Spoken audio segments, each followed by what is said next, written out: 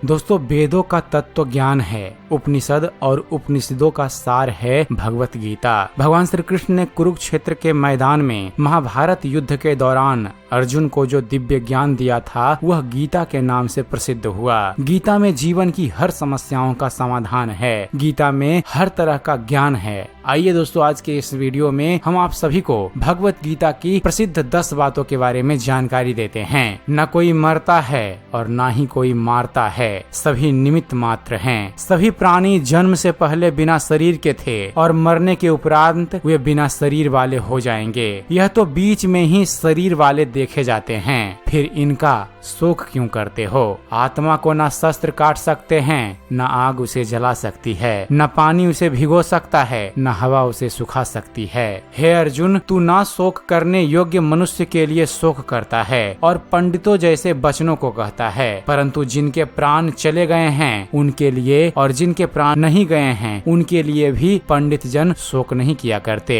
एक न एक दिन सभी मारे जाएंगे। कोई आज मर रहा है तो कोई कल मरेगा। यह मृत्यु लोक है और मृत्यु ही सबसे बड़ा रोग है। मृत्यु को छोड़कर अमृत के बारे में सोचो। कर्म पर ही तुम्हारा अधिकार है, लेकिन कर्म के फलों में कभी नहीं। इसलिए कर्म को फल के लिए मत करो और ना ही काम करने में तुम्हारी आसक्ति हो। जिसका मन अपने वश में है, जो जितेंद्रिय एवं विशुद्ध अंतःकरण वाला है और संपूर्ण प्राणियों का आत्मरूप परमात्मा ही जिसका आत्मा है, ऐसा कर्म योगी कर्म करता हुआ भी लिप्त नहीं होता। कर्मों में कुशलता को ही योग कहते हैं। क्रोध से मनुष्य की मति मारी जाती है, यानी मूड हो जाती है, जिससे स्मृति भ्रमित हो जाती है। स्मृति भ्रम हो जाने से मनुष्य की बुद्धि नष्ट हो जाती है और बुद्धि का नाश हो जाने पर मनुष्य खुद अपना ही नाश कर बैठता है। हे अर्जुन, सभी धर्मों को त्याग कर अर्थात हर आश्रय को त्याग कर केवल मेरी शरण में आओ। मैं तुम्हें सभी पापों से मुक्ति दिला दूंगा।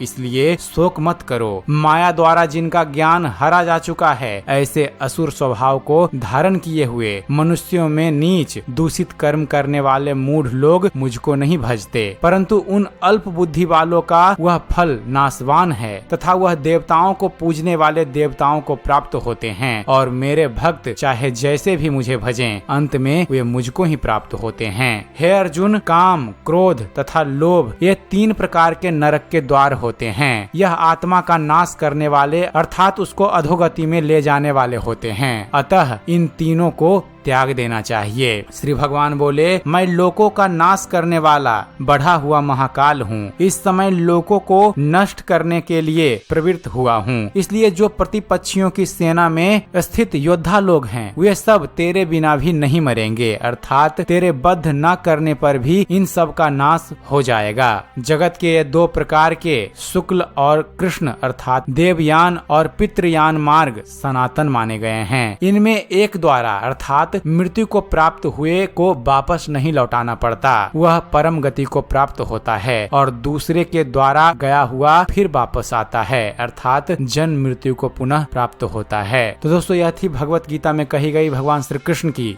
10 सबसे अनमोल बातें। उम्मीद करते हैं फ्रेंड्स, आप सभी को हमारा ये वीडियो पसंद आया होगा। अगर वीडियो पसंद आया हो तो वीडियो को लाइक और शेयर करना न भूलिएगा। और दोस्तों, ऐसे ही ज्ञानवर्धक वीडियो देखते रहने के लिए आप हमारे इस चैनल ज्ञान मंथन को सब्सक्राइब जरूर कीजिएगा। आप हमारे इस चैनल को सब्सक्राइब कीजिए और देखते रहिए, जानते रहिए। धन्यवाद। जय हिंद।